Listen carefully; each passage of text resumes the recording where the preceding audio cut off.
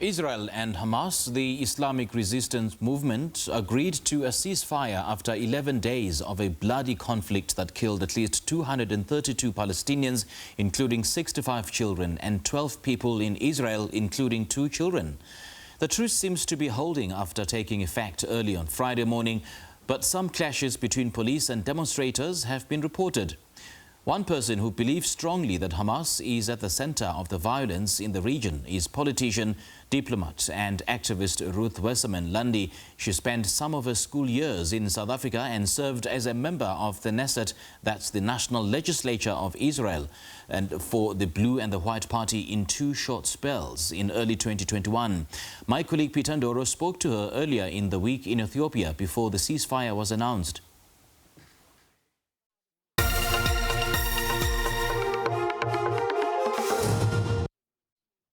Ruth Wasserman Lande, thank you very much indeed for joining us on the program. Welcome to you. Thank you so much, Peter. It's a pleasure to be with you today.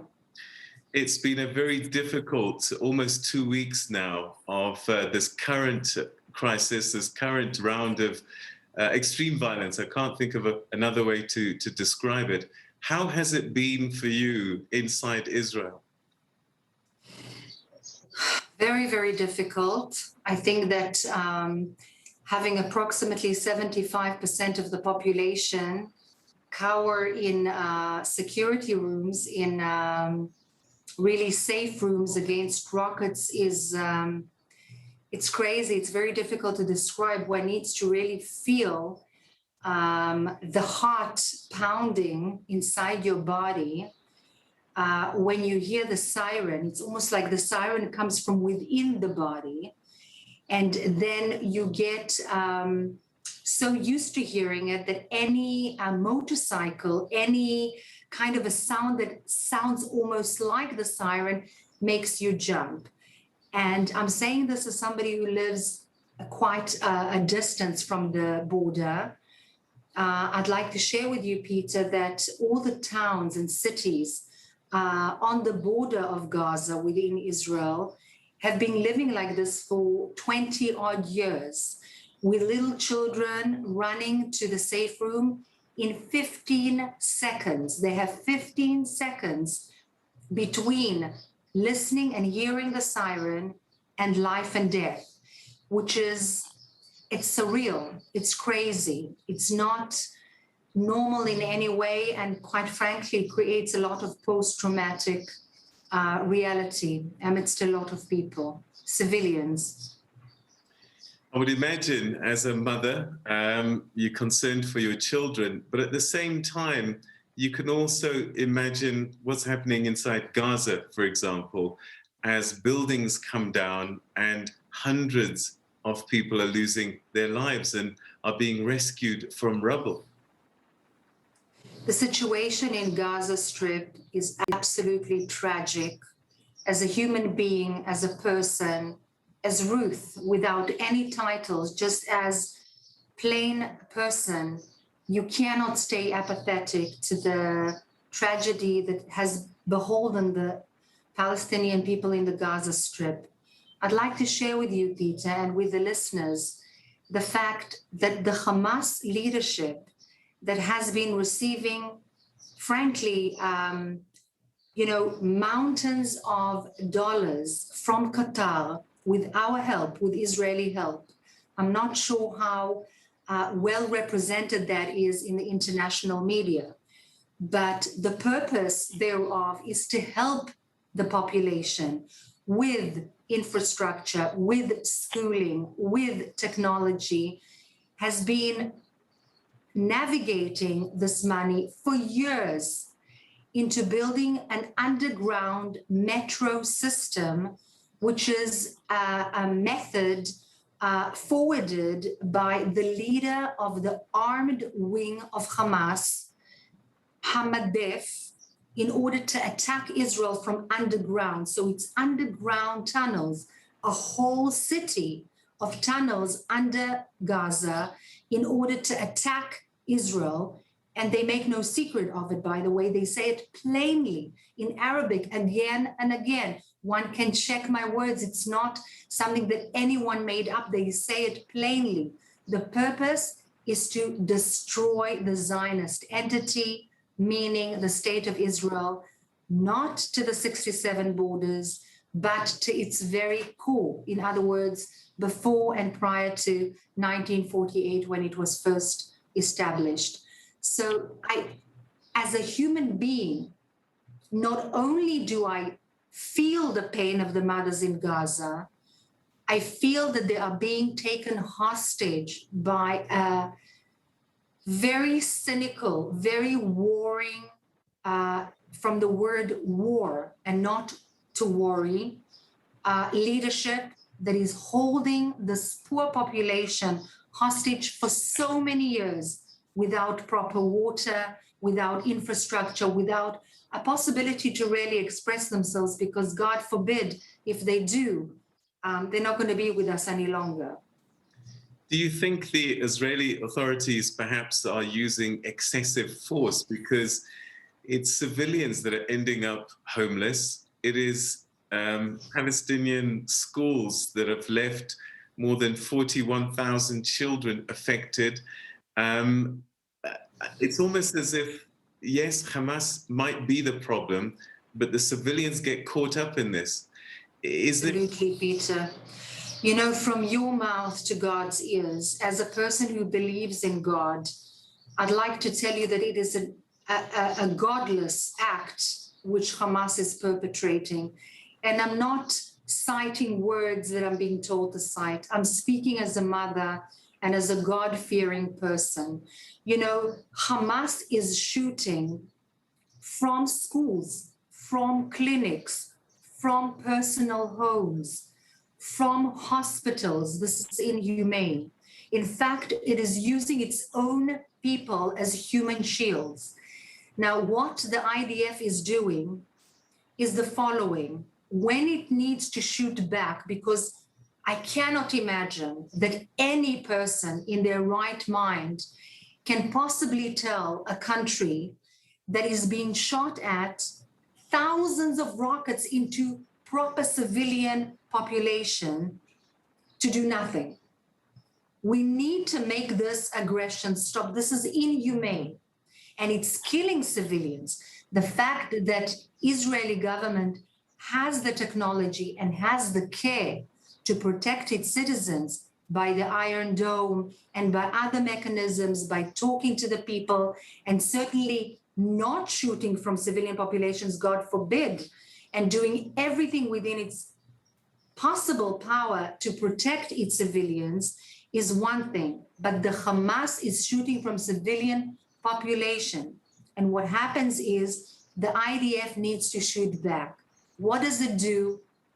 It has its representatives call, there are proof of this, in Arabic, the owners of the various points. If it's a hospital, the owner of the hospital, or the CEO of the hospital.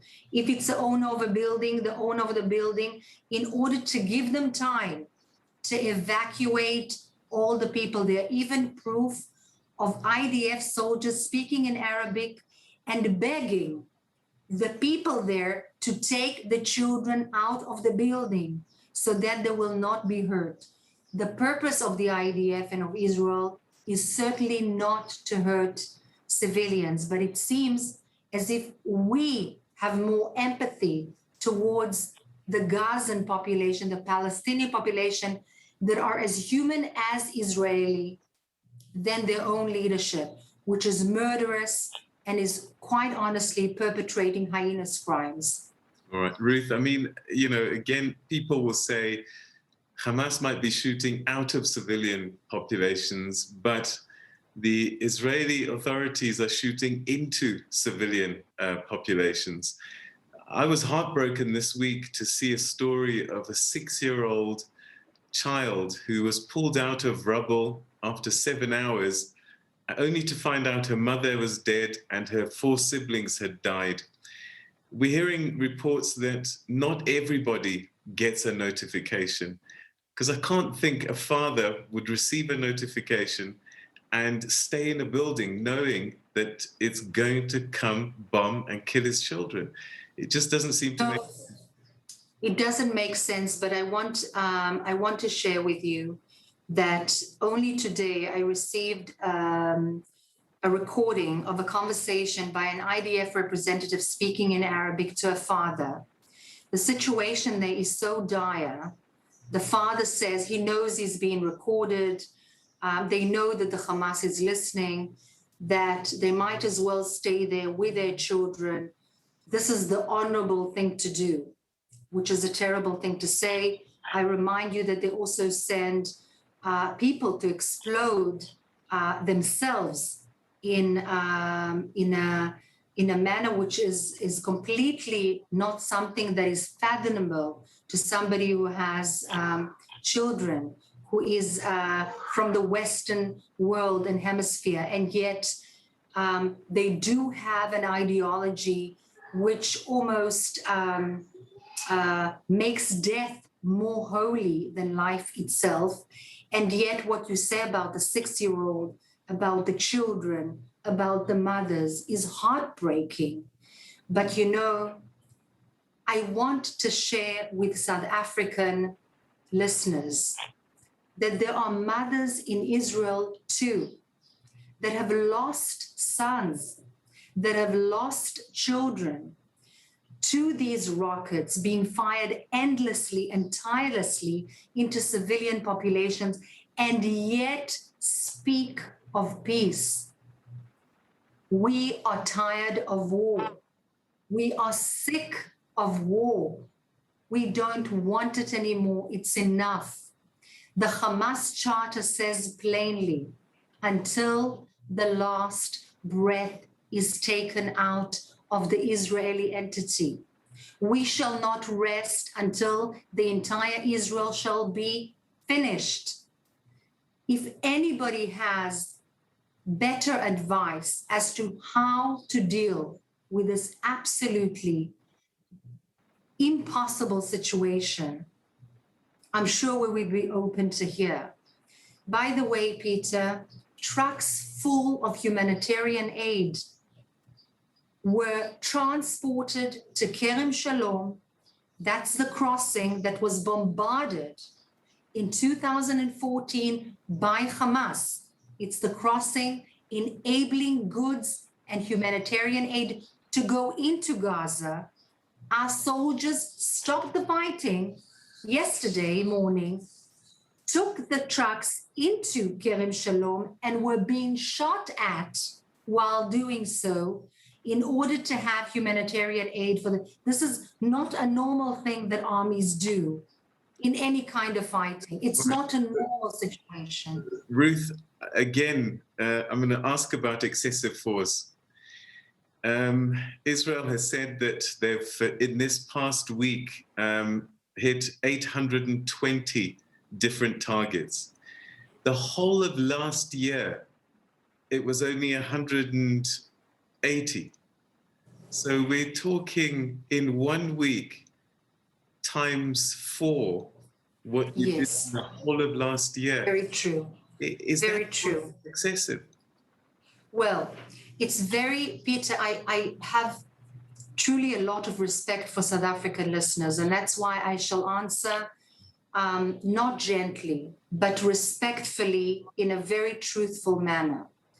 Excessive is a word which is an adjective that needs to be put next to a situation which is measurable, which one can see and one can feel. If one was sitting on the towns and cities next to the Gaza border from within Israel for 20 years and feeling the rockets again and again and again and again with the rhetoric, we are out to destroy you. What is excessive? Second of all, over 2,000 rockets were sent this time, much more than last year.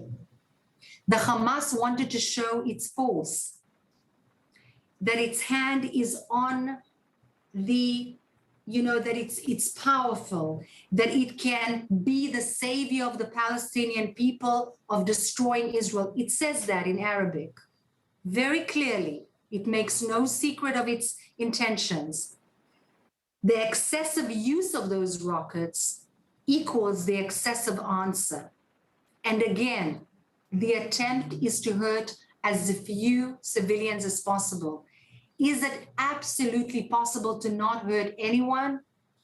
God forgive all those mistakes that are being made, that are unintentional. Each life is a world. In Judaism, you say that if you save one life, you save a whole entire world. There is a proverb saying that. But Israeli civilians can no longer sustain this irrational, inhumane, unbelievable situation. I ask your listeners, Peter, if 2,000 rockets were now sent on Johannesburg, don't think of Israel. Don't think of Palestine. It's far away. It's difficult to imagine. Think of Johannesburg. Think of all the people that don't have a proper security route. Think of all the people in your country stopping to work. Their businesses are dead. The restaurants are not working. The shops are closed.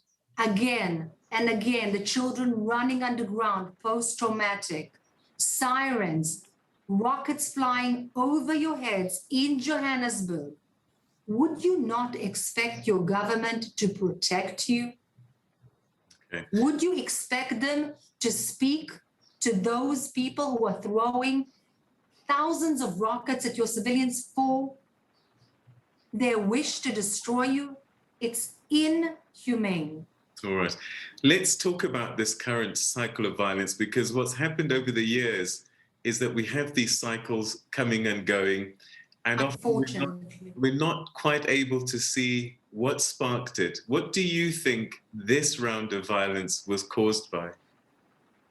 Okay, so the Hamas this time used the tension that began in Jerusalem between the Israeli police and the Palestinians in the area surrounding the holy places, both the Western Wall and the holy site of Al-Aqsa for the Muslims, as the reason, the declarative reason to free the world, the Islamic world of Israel, and to free Al-Aqsa, plainly saying it. In fact, they are wishing and telling the intermediaries, the Egyptians, that they wish a statement by the Israelis regarding Jerusalem in order to finish this round, this current round, because they have declared war on Israel with the rockets this time around in order to save the Islamic world and Jerusalem and Al-Aqsa. So this time around, it was not for, at least declaratively, the citizens of Gaza, because on a regular basis, they are receiving loads of cash, dollars from Qatar with our help, with Israeli help. If I agree with that or not, that's for perhaps another interview, but that's the reality. The Hamas is receiving loads of money from Qatar in order to help their citizens. Are they helping their citizens? They have no water, they have no infrastructure, they have no jobs. 70% of the young people in Gaza are on drugs because of the lack of hope. You can blame everything on Israel, it's easy. But I think that intelligent audiences need to check just a tad more. What is that leadership doing to its own people? So, Ruth, why was the police in the Al-Aqsa Mosque? Why were they use the word aggression, the Muslims that were praying in their holy month? I mean, surely, of Ramadan. yeah, a man and his religion is one thing that will definitely provoke. So for police to come inside a mosque and harass, manhandle worshippers, what kind of reaction do you think that that would get? Okay, I thank you for that very candid question and difficult question, Peter, because it's something that needs to be explained. The mosque, Al-Aqsa Mosque, is situated in the very place where the Western Wall is. The Israeli authorities have separated the entrances so that Jews can go to their holy part, the Western Wall, and Muslims can go onto what we call Jews, Har Bayit, the Temple Mount, which is also holy to us, to Jews. The Jews, in order not to incite, have not been allowed by Israeli authorities for years to go up to Temple Mount because it's irritating. I'm not saying this sarcastically, but seriously.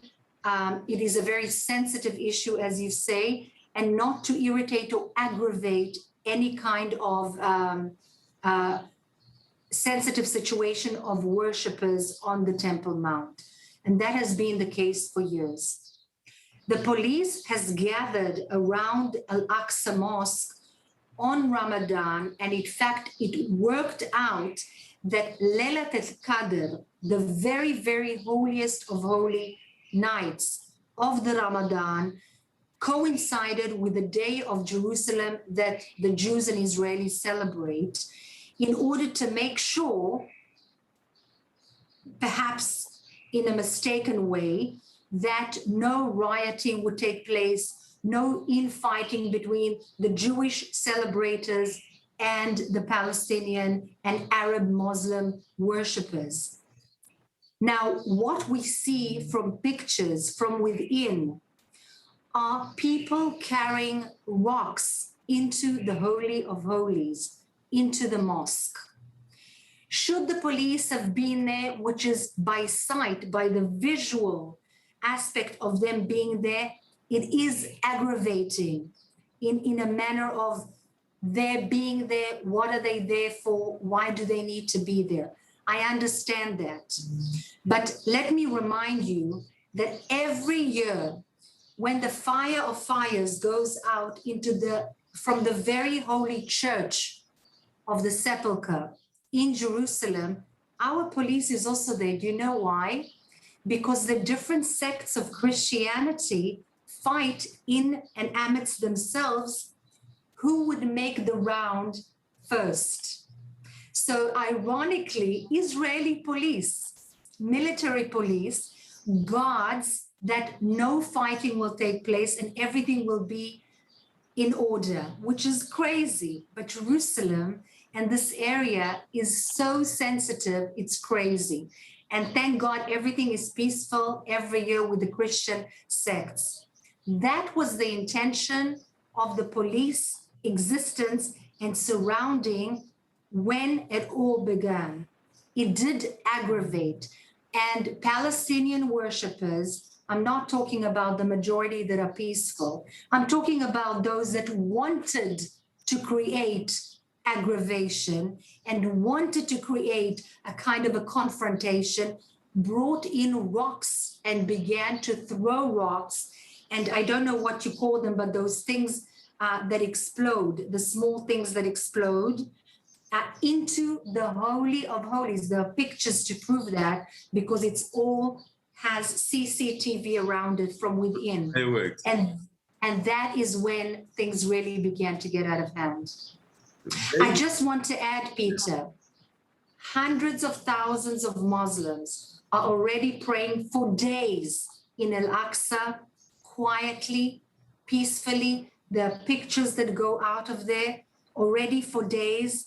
I wish I could share with you right now those pictures. It calms me, it calms my heart and mind to see that, because that is how things should be. Peaceful and all able to worship peacefully in their own places of holy worship. people say that what actually perhaps led up to this was the occupations in Jerusalem, the evictions of Israeli Arabs being told that they must leave their houses so that settlers could come in. And I just wonder if you can explain that to us, that you live in a house for your lifetime, and then one day a court says, actually, you have to give up your house. And this again looks like something that would provoke. Absolutely. I thank you for asking me that question too, because it allows me to explain. Sheikh Jarrah is a neighborhood in East Jerusalem, on the border of East and West Jerusalem, in which Palestinians live without an ownership of those particular houses in that neighborhood for over 70 years. If you ask my personal opinion, they should have been left to live there in order not to aggravate, but it's not their property. And this is a legal, technical statement that I'm making. Sometimes, Peter, you need to be smart and not right. Now, because of the sensitivity of the situation, the court has postponed its decision. The Israeli authorities have asked the court not to rule. The technical cold ruling is that those Palestinians do not actually own those particular houses. By the way, there are many, many, many pieces of land in the state of Israel proper. I'm not talking about the other side of the green line, that Palestinians have papers to prove their ownership of the land. And the Israeli High Court of Law, if it is being approached, will decide that it is Palestinian. In this particular case, it is not Palestinian. And yet, I personally believe that it should not have been dealt with because of the sensitivity of the issue and the aggravation that it caused needlessly. I just want to remind the audience as well that the tenants have been approached again and again to pay rent to the real owners. By the way, they are not settlers, they are just Jewish. And those tenants refused again and again to pay rent. Again, this is a technical issue, but the repercussions thereof are much higher. There are also some MKs from the far right in Israel that have aggravated further the situation, and a lot of rioters on the Palestinian side that have done a lot of violent acts on their side to further aggravate. So what I'm saying, Peter, if we put the margins, both Jewish and Palestinian aside, the vast majority of people want to live in peace. All right, let's talk about wider occupation, because there are areas that Israel has occupied against international law, condemned by the United Nations. How is that justified? Look, Peter, the story of the settlements is a complex one. After 67, I'm not going to give the listeners a history lesson, but it is an issue that has been put on the table as something to speak about, to negotiate about, and decide upon in the final agreement status. Are we anywhere near that? Not anywhere near, unfortunately. Do we have a leadership? I promise I will answer. Do we have a leadership on the other side that is representative of the people with whom Israel can speak and can reach agreements? I wish I could say yes, but we have the Fatah in the West Bank and we have Hamas in Gaza. Hamas plainly says that its ideology, it's written black and white on its charter, the destruction of the state of Israel, full stop. The Palestinian Authority leadership, the Fatah, is in a very precarious situation because it does not enjoy the full legitimacy of its own people. In fact, its own street is crying out against a lot of corruption and a lot of mismanagement of the situation there. That's not the whole story. Nobody here is absolutely perfect, neither my country nor the Palestinian Authority. But the truth and the facts are that the Palestinian Authority leadership does not represent the street in a manner that can withhold those people from actually doing what it will agree or not agree with the state of Israel in any kind of negotiation. In fact, Abu Mazen will not sit down with a government in Israel to negotiate. I will be very frank with you. We currently do not have a government in Israel that is willing to negotiate with Abu Mazen either. And I represent a party, the Blue and White Party, that has said in its own vision that if there is a will on the other side to negotiate, to agree to not violently have a two-state solution, we are more than interested to examine that possibility. Is it easy? Is it easily reachable? Very, very, very far from it. In fact, brilliant people from the United States, Israel, the West Bank, the Arab world, and more have tried for over 73 years and have not yet succeeded. It's complex, but there is a wish. The current government in Israel has a complex vision regarding its inability to negotiate with the Palestinian leadership. But I must be honest, I must be fair. The Palestinian leadership shows no signs of willingness on its side to negotiate either in any way. All right. Again, I'll ask you, are these settlements legal? The international community says they're not. And even if the Palestinians themselves can't agree on a way forward and they're fighting amongst themselves, it still doesn't justify Israeli settlements in their territory.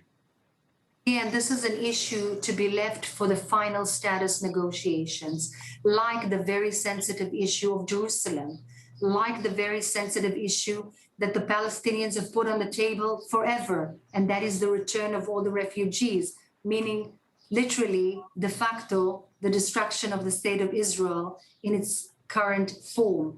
So these sensitive issues, and they are very sensitive to those people living in those cities and towns, need to be resolved, have been dealt with in previous negotiations by former Prime Minister Olmert, by former Prime Minister Ehud Barak. They've been dealt with, they've been addressed. Ruth, anybody who needs to check can examine the protocols. Are they legal?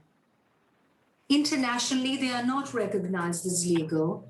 Everybody knows that. It's on the international media.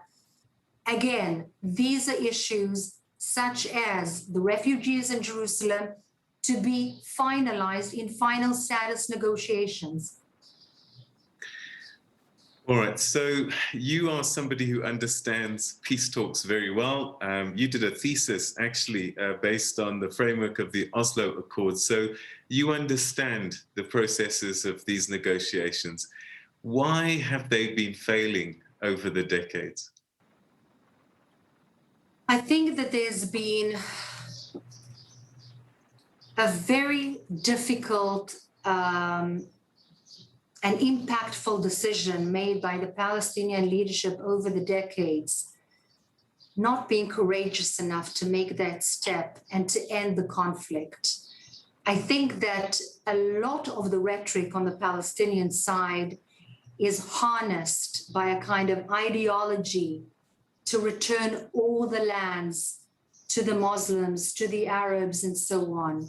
And that leader who shall negotiate and reach an agreement with the state of Israel, which is anything less than the full story, shall be seen as weak, shall be seen as giving in to the Zionist entity, which is myself, other mothers, fathers, children, and 10 million people, including, by the way, the Arab population within Israel. So do you think, given what's been playing out this nearly 2 weeks now, that there is a path to some kind of sitting down and some kind of negotiations, or is it going to take this generation of leadership to disappear and a new generation to come through with different ideas? I think that there are certain levels, different levels in the answer to your question, Peter. There is the current shooting of rockets, the incessant, constant shooting of rockets by Hamas into civilian Israeli population, by the way, both Arab and Jewish. 2 Muslim people have been killed by a rocket, a father and a 16-year-old girl, Muslims of Israeli citizenship, by those same rockets. They simply don't care. They've sent their rockets into Jerusalem, into Arab towns and cities like Taibe, in which only Arabs live. And this incessant shooting is one part of the answer. Can it be sustained by any leadership, right wing, left wing? No. Just like South African leadership will never agree to having its own population bombarded endlessly, tirelessly over years with rockets. This is insane. And this is part of the Palestinian population in Gaza. The West Bank leadership, Fatah, had declared to have democratic elections. The reason why there was this kind of tension prior to Jerusalem and prior to all this fighting is that it canceled those elections in which it was sure that it will lose and Hamas will gain power in the West Bank. Hamas was angry and wanted to prove its strength to the people and fire up the emotions in the West Bank, succeeding, I would say, half-half. The fighting between Fatah in the West Bank and Hamas in Gaza is, I think, worse than the hatred between Israelis and Palestinians. What does that mean, Peter? Is that with whom do we make peace? With the entity that says that needs to destroy us completely? Of course not. With an entity that does not fully represent its own people in the West Bank and certainly does not control Gaza, very, very complex situation. Therefore, this complex situation needs brilliant minds, outstanding, out-of-the-box solutions. But I want to say something. Did we believe a few years ago, or even a year ago, that we'll have the Abraham Accords, that Israel will be in a peace agreement with Bahrain, with the UAE, almost with Saudi Arabia, with Morocco, with Sudan?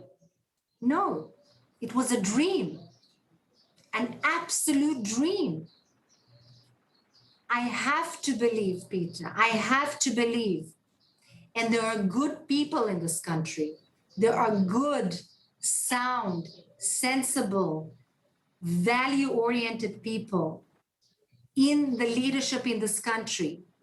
Not everybody that can do the right thing. Please, God. And we also need the support, your support, to understand that the situation is not black and white. It's not 1 or 0. It's not clear cut. It's reality, and reality is complex. Some things are complex for sure, but if you are living in Gaza and your right to move around is restricted, there are blockades around your territory, people, in fact, last week I spoke to the Palestinian ambassador to South Africa, and she described living in Palestine as living in the biggest open-air prison in the world, that you can't move, you're restricted, you need the permits for this, permits for that. You can't visit relatives in the West Bank if you're in Gaza.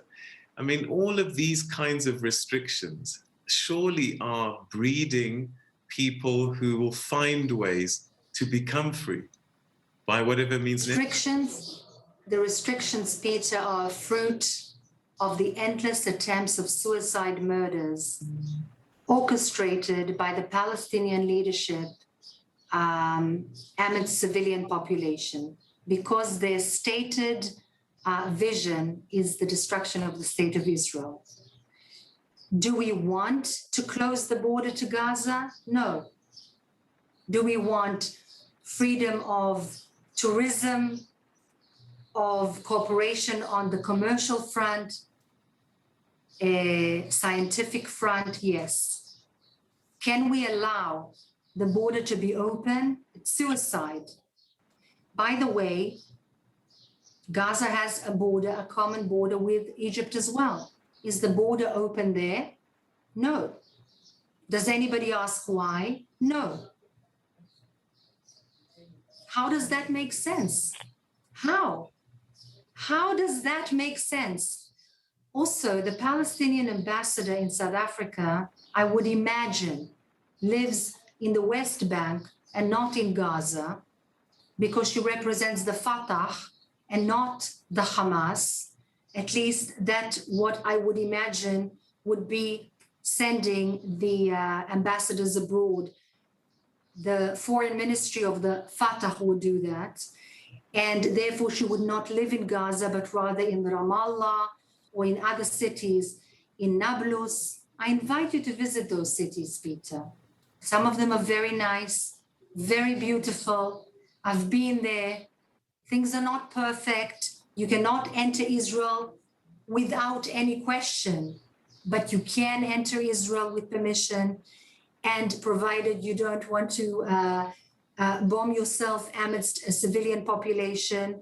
And also, I would encourage the audience to look at the residence of the Prime Minister, Abu Mazen, in the West Bank.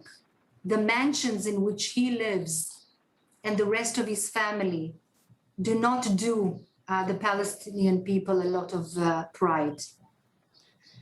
Help me understand another thing that I've always been curious about. If you are Jewish anywhere in the world, if you decide that you want to go to Israel and go and settle and go home, as it were, you can. But Palestinians don't have the same opportunity. Why is that? Isn't that some kind of discrimination? Okay, I'll answer your question gladly. The State of Israel was established in order to be and serve as a sanctuary for the Jewish people worldwide after thousands of years of persecution, the hardest and the most dreadful of which was in the Holocaust, killing over 6 million Jewish people simply because they were Jews. Some of them were gassed in the gas chambers. Some of them were murdered in holes, big holes which they were made to dig themselves, and so on. Anti-Semitism, by the way, is on the rise everywhere, in Europe, in the United States, in South Africa, unfortunately, in many places around the world. There's one place that is the biblical Holy Land.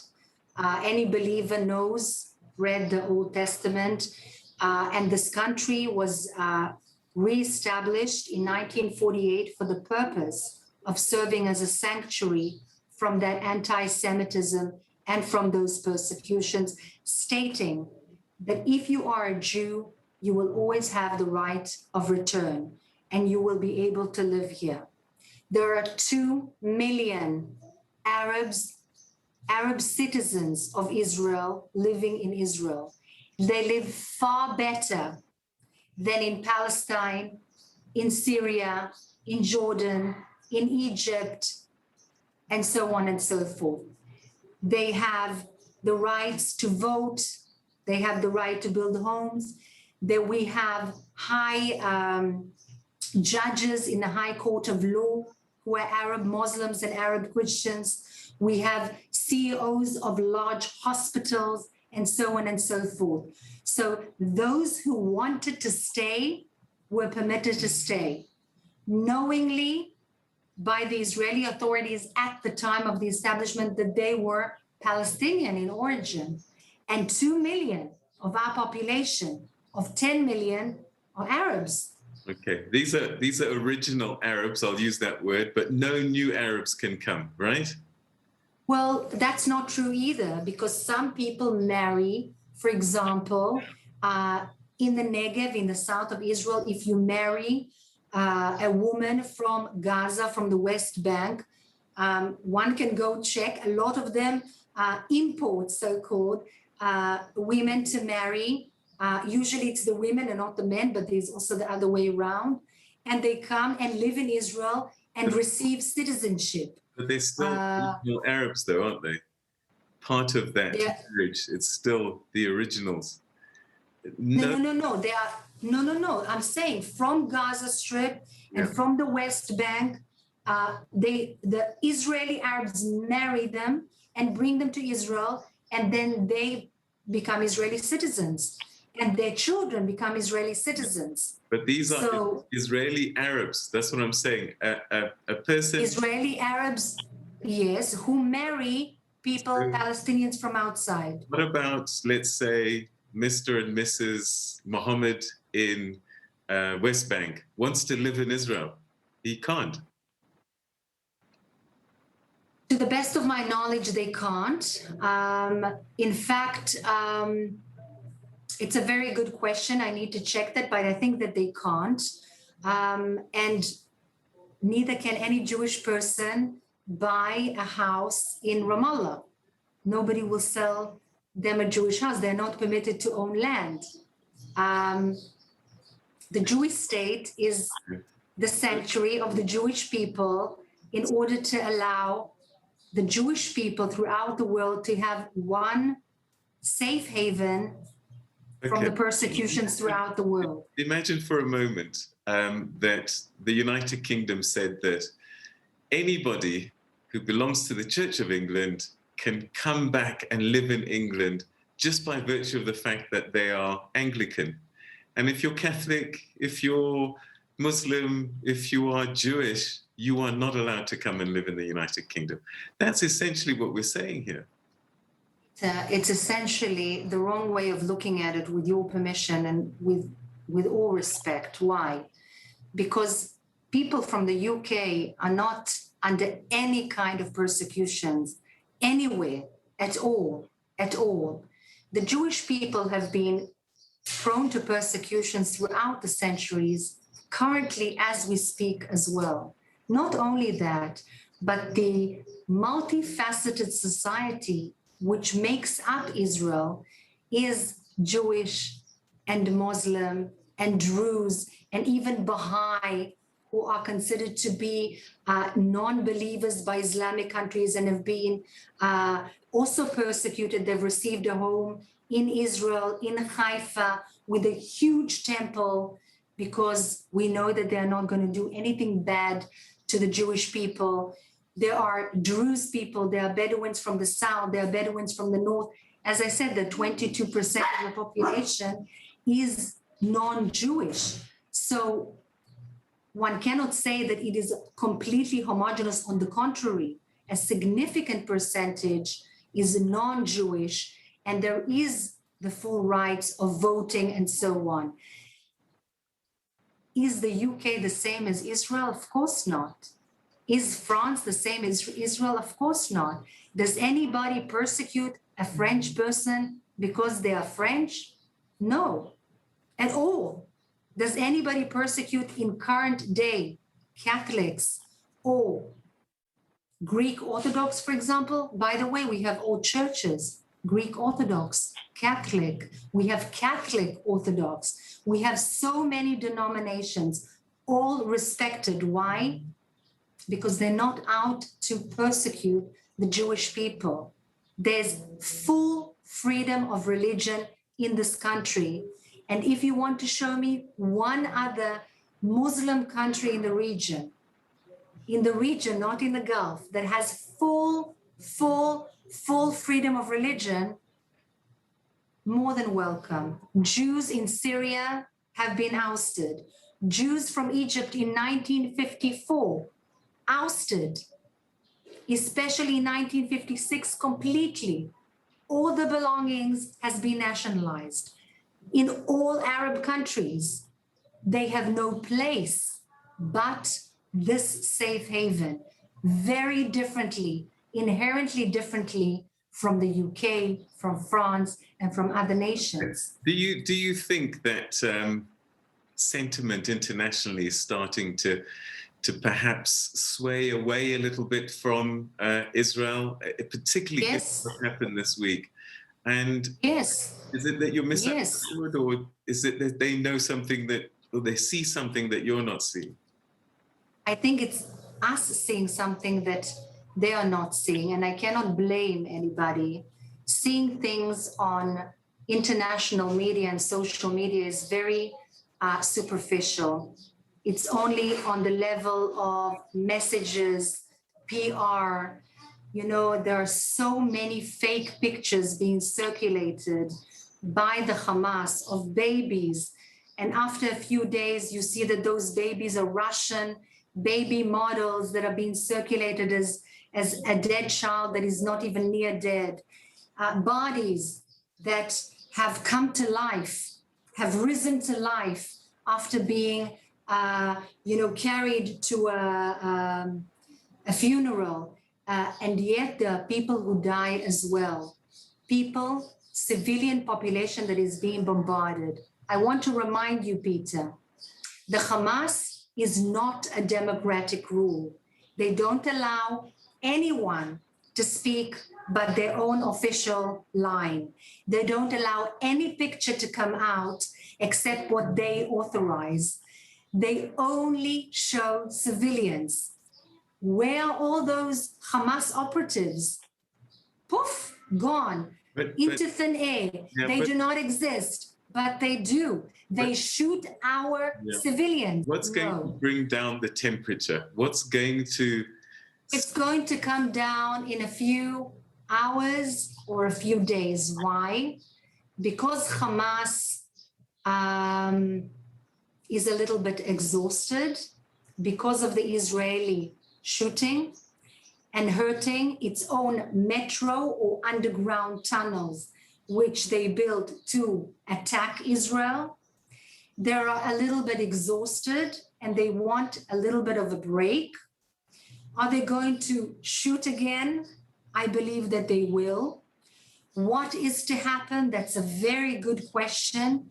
This incessant shooting of rockets is unsustainable, absolutely atrocious. And the people who suffer most are the people that are held hostage by this ruthless leadership called Hamas. And those are the people in Gaza.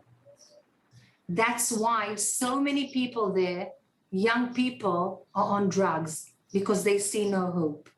So how do we get the leadership on both sides to, I mean, when I see some of the language that's being used from both sides, it's one that incites hate. It's one that is provocative and almost playing to an audience or trying to play to an audience. And my fear... Can you give me an example, Peter, of a hateful rhetoric said by Israel, please? All right. I'm just going to find something here now. It was issued by the Israeli embassy here. It says, in the last 9 days, Hamas murderous terrorist organization. Why would you write that in an official statement? Because they are murdering innocent civilians intentionally, not by error. They are throwing rockets intentionally, and they rhetorically state their intention. They do not hide it. We want to murder Israeli civilians. We want to destroy the state of Israel. How is that not murderous? That's what they say, and that's not what they say only. That's what they do. How is that not murderous? What I'm suggesting is, when you see language like this, coming from official sources, all it does is create more animosity. Yes, you may have your beliefs that they are murderous, that they are this, but if it's not a matter of belief, Peter. I want to invite you, and I want to invite a delegation of respectable, intelligent people like yourself to Israel. And I want to have you hosted by the warm, beautiful families in the kibbutzim and the small towns along the Gaza border. You will never believe what you see. You will never be the same again. You will not return to South Africa and be the same Peter. I give you my word, and I invite you wholeheartedly, truly, to see with your eyes, not through my eyes, not through the eyes of any embassy, but with your own eyes. Murderous is the word and no other, not because of hate. I don't want to be seen to be taking sides, because I think the language from the other side is equally incendiary, equally. But this is not a symmetrical issue. It's not a matter of, the issue is a terror organization has taken hostage 2 million reasonable, normative men, women, children, and the elderly, put them in impossible conditions with huge tons of money from the international arena, including Qatar, which we are facilitating Israel. And instead of helping their people, they shoot from civilian populations, use them as human shields from hospitals. How cynical can anybody be? From kindergartens to shoot rockets, how cynical can people be? And then to state that Israel is daring to protect its own citizens. Ruth? I fail to comprehend how anybody cannot understand. And that's why I'm saying, Peter, again, and I stand by my invitation. Please don't trust my words. Come feel it. Come feel it. Empathy is a two-way emotion. Come feel what it's like for 12-year-old kids to wet their beds because of post-trauma for years, shuddering every single time a door is closed. I invite you to feel this, This is a nation growing on post-trauma. If you don't believe, please come and see and feel for yourself. We are all human beings, all of us, God-fearing human beings. As a God-fearing man, Peter, and I also believe in God, I want you to feel and see so that you can address your audience truthfully and with credibility and explain to them, this is craziness, unsustainable, murdering of innocent people and holding their poor population as hostage. It's heinous. Okay. Ruth Wasserman Lande, Israeli politician, diplomat, and activist. Thank you so much for giving us so much time to explore these issues. And let's hope that you all, both sides, find that middle ground that can bring peace and lasting peace to your region. Please, please, please, God, inshallah. Thank you so much, Peter, for your willingness to listen and to hear.